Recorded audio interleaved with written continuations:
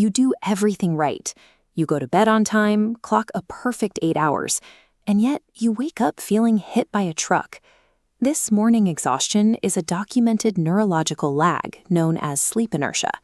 If an alarm interrupts deep sleep, the brain is flooded with slow delta waves.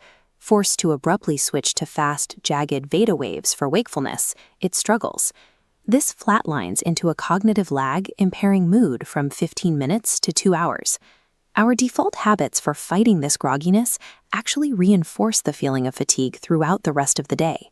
Achieving all-day energy requires working with your biology, specifically by optimizing the actions you take during the first 90 minutes of your morning. Let's start at minute 0. The alarm rings and instinct takes over. You hit snooze to steal a few extra minutes of rest. To understand why this hurts you, we have to look at adenosine. It's a neurotransmitter that builds up in your brain while you're awake, creating sleep pressure. A full night of sleep naturally clears it out. When you drift back to sleep after the alarm, you trick your brain into initiating a brand new deep sleep cycle. The problem is, a typical snooze interval only lasts about 9 minutes. That abruptly breaks the new cycle before it finishes, causing a massive spike in sleep inertia. At the end of that 9-minute block, your brain is bathed in residual adenosine.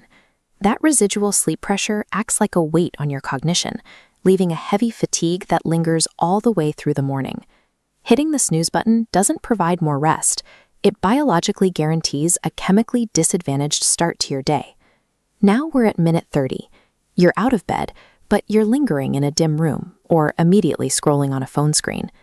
Deep inside your brain is the suprachiasmatic nucleus. It acts as your internal master clock, dictating your daily energy levels, but it requires a very specific external trigger to activate. View natural sunlight outdoors within 60 minutes of waking. This light hits specific eye neurons, sending a direct signal to the master clock. This completely suppresses melatonin, your sleep hormone, and releases a healthy pulse of cortisol and dopamine. We usually hear about cortisol as a negative stress hormone, but this specific morning spike is essential for daytime focus and energy. That early light exposure also acts as a timer. It sets a 12 to 14-hour countdown for natural sleepiness later that night. If you stay in a dark room, you delay the master clock. You keep your brain in a groggy twilight state, ruining the upcoming night sleep cycle. We reach minute 45. Still completely groggy, you pour your first cup of coffee to force yourself awake. Caffeine has a highly counterintuitive mechanism. It doesn't actually clear away your sleepiness, it merely masks it. Caffeine molecules physically block the brain's adenosine receptors. The residual morning adenosine accumulates in the background. In the early afternoon, the caffeine metabolizes and detaches. All that backed up adenosine instantly floods the brain at once.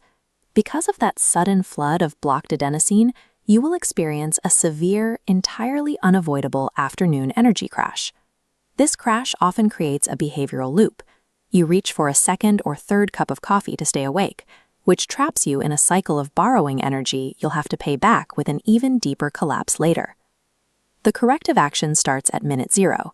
When the alarm rings, get up immediately to entirely avoid the adenosine trap. At minute 30, get outside for natural sunlight to spike your daytime cortisol and drop any residual melatonin. This chart brings the full protocol together.